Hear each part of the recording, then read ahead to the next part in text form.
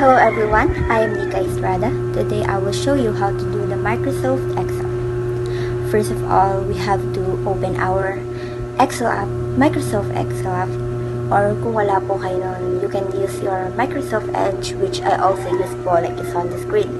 Now, let's move on to our next step.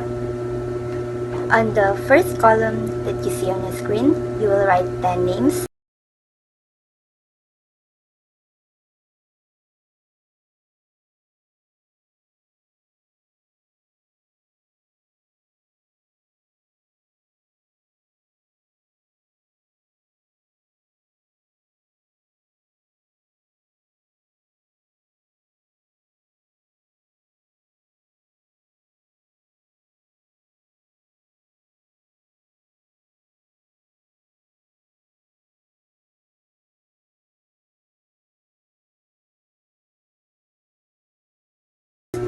And to the next column is 10 numbers.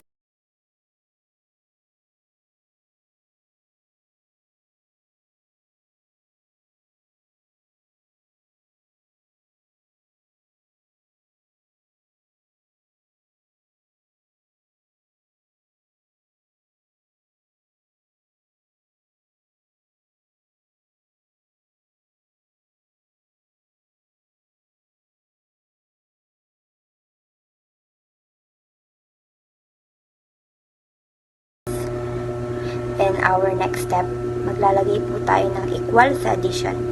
Then, we'll click the number 10. Lalabas po yun ng B1.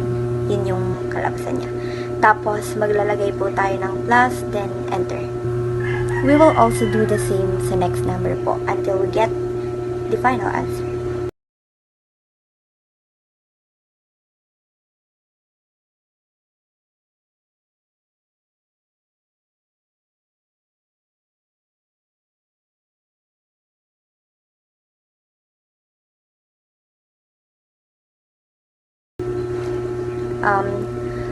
Next is the subtraction. We will do the same po katulad ng sa addition. The only difference lang po is minus yung ilalagay natin instead plus. Maglalagay din po tayo ng equals, then pipindutin po natin yung number 10, then lalabas po ulit dun is B1. Parang katulad lang po dun sa addition. Then pipindutin po natin yung minus, then enter po ulit. Same sa mga susunod ulit na number hanggang sa makita po natin yung answer.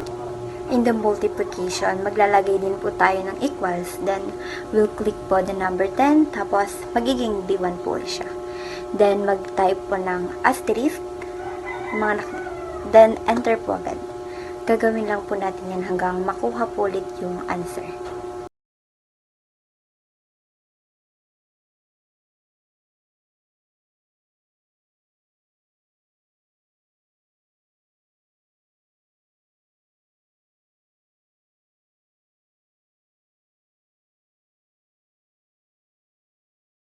Then, lastly po, the division.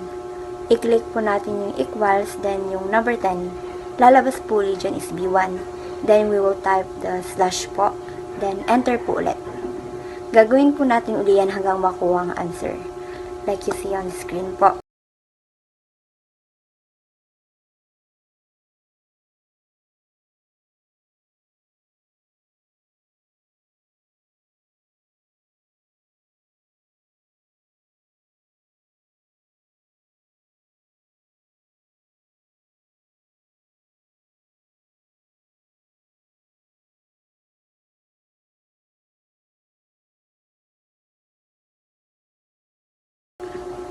Pagkatas po lahat ng yan, isi-select all lang po natin yung dalawang column. Then, we will click the insert. Tapos, pipili po tayo ng pie chart. Tapos, syempre, pipindutin po natin yung nakalagay ng chart title at papalitan po natin ng whole name po natin.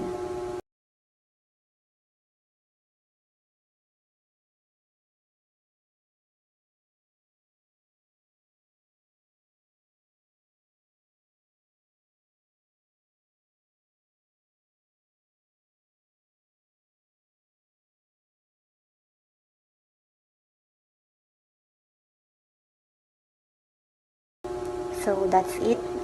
Thank you for listening, everyone. I hope may natutunan po kayo.